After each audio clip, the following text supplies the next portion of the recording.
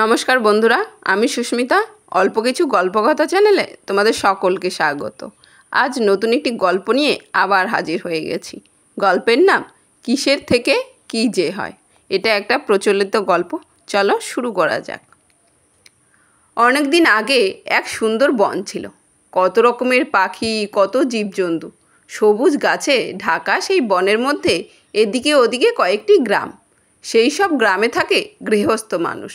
চাষ করে, ফলমূল জোগাড় করে, বনের মধু খেয়ে কাঠ কেটে বড় সুখে তাদের দিন চলে যায়। বর্ষায় তীর তীর করে যে বয়ে চলে পাহাড়ি নদী, সেই জলে কত ছোট ছোট মাছ। কোনো কিছুরই অভাব নেই। সকালে কিছু খেয়ে কিশোরী মেয়েরা বনে কাঠ কাটতে যায়। ফিরে আসে দুপুরে। উনুন জ্বালাবার কাঠ, সবই শুকনো ডাল। কিছু শুকনো ডাল থাকে গাছে, কিছু পড়ে থাকে গাছের নিচে মাটিতে। একদিন এক কিশোরী সেই গাছের শুকনো ডালে হাত রেখে শুকনো ডাল ভাঙতে যাবে, অমনি একটা কাঠপিঁপড়ে তার হাতে কামড়ে দিল। মেয়ে বলে সরে এলো। বা হাতে ছিল কাঠারি, সেটা পড়ে গেল। কিশোরীর ডান হাতটা ধরে বসে পড়ল। কাঠারিটা বা হাত থেকে পড়ে নদীর একটা ঝোপে গিয়ে পড়ল। ঝোপে দৌড়াদৌড়ি করছিল ছোট্ট একটা কাঠবিড়ালি। কাঠারি পড়ল তার লেজের ওপরে। ছোট্ট লেজ গেল কেটে। ব্যথায় ছটপট করে কাঠবিড়ালি তরতর করে একটা অনেক উঁচু গাছে উঠে পড়ল। তার লেজ কেটেছে, তার খুব রাগ হয়েছে। সে তো কোনো দিন কারো কোনো ক্ষতি করেনি। সে আপন মনে থাকে, খেলে, লাফিয়ে বেড়ায়। বেজায় রেগে গিয়ে সে গাছের একটা বড় ফলে দাঁত বসালো। বোটা থেকে ফল ছিঁড়ে গেল। অনেক উঁচু থেকে সেটা নিচে গিয়ে পড়ল একটা হরিণের মাথায়। সে তখন মিষ্টি রোদে গাছের তলায় ঘুমোচ্ছিল। হঠাৎ মাথায় কিছু পড়ায় সে চমকে উঠল। এত উঁচু থেকে পড়েছে তার মাথায়ও লেগেছে।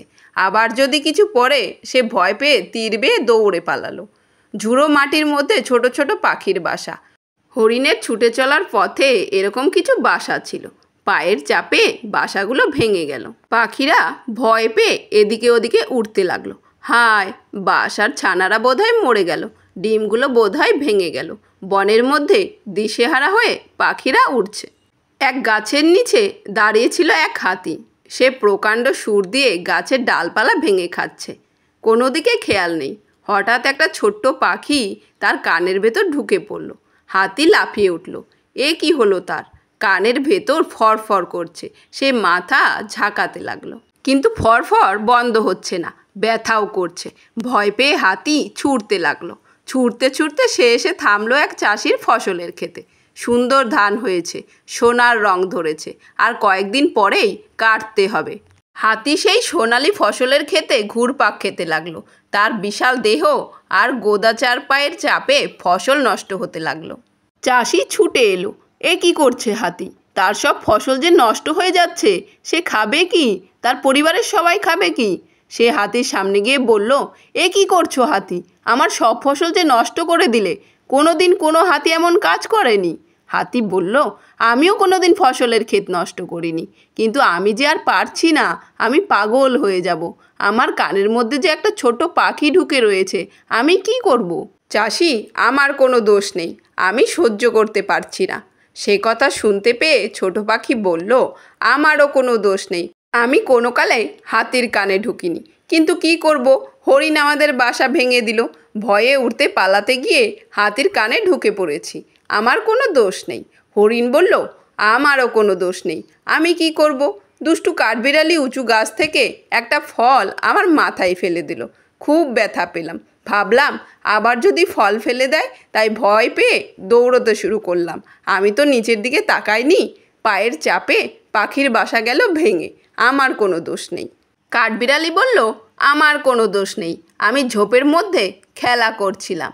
ওই মেয়েটার হাতের কাঠারি আমার লেজে পড়ল, লেজ গেল কেটে, খুব ব্যথা পেলাম, রাগ হয়েছিল, তাই তো উঁচু গাছের ফল ফেলে দিয়েছি, আমার কি দোষ? কিশোরী বলল, আমার কোনো দোষ নেই। বা হাতে কাঠারি ধরে ডান হাত দিয়ে আমি গাছের একটা শুকনো ডাল ভাঙছিলাম। কাঠপিঁপড়ে আমার হাতে কামড়ে দিল, যন্ত্রণা হলো, বা হাত থেকে কাঠারি পড়ে গেল, আমি কি করব? চাষি তখন বলল, সব নষ্টের গোড়ায় রয়েছে ওই কাঠপিঁপড়ে। এই কথা বলেই সে কাঠপিঁপড়েকে হাত দিয়ে চেপে ধরল, ধরে কিশোরীর হাতে দিল। বলল, ওকে শাস্তি দাও, বুঝিয়ে দাও ওর কাজটা ভালো করেনি। কিশোরী হাতের তালুর মধ্যে কাঠপিঁপড়েকে চেপে ধরল, হাঁটা দিল বাড়ির পথে। বাড়িতে এসে একটা সুতো দিয়ে কাঠপিঁপড়ের কোমর বাঁধল, তারপর তাকে ঝুলিয়ে রাখলো একটা ছোট্ট গাছের সঙ্গে। আর কোমরের সুতো বেঁধে কাঠপিঁপড়েকে ঝুলিয়ে রেখেছিল বলেই সেদিন থেকে কাঠপিঁপড়ের মাঝখানের পেটটা অমন সরু হয়ে গেল। কিসের থেকে কী যে হয়। সমাপ্ত। গল্পটি কার কেমন লাগলো কমেন্ট করে জানাতে ভুলো না কিন্তু। আর এরপরে তোমরা কোন গল্পটি শুনতে চাও সেটাও জানিও।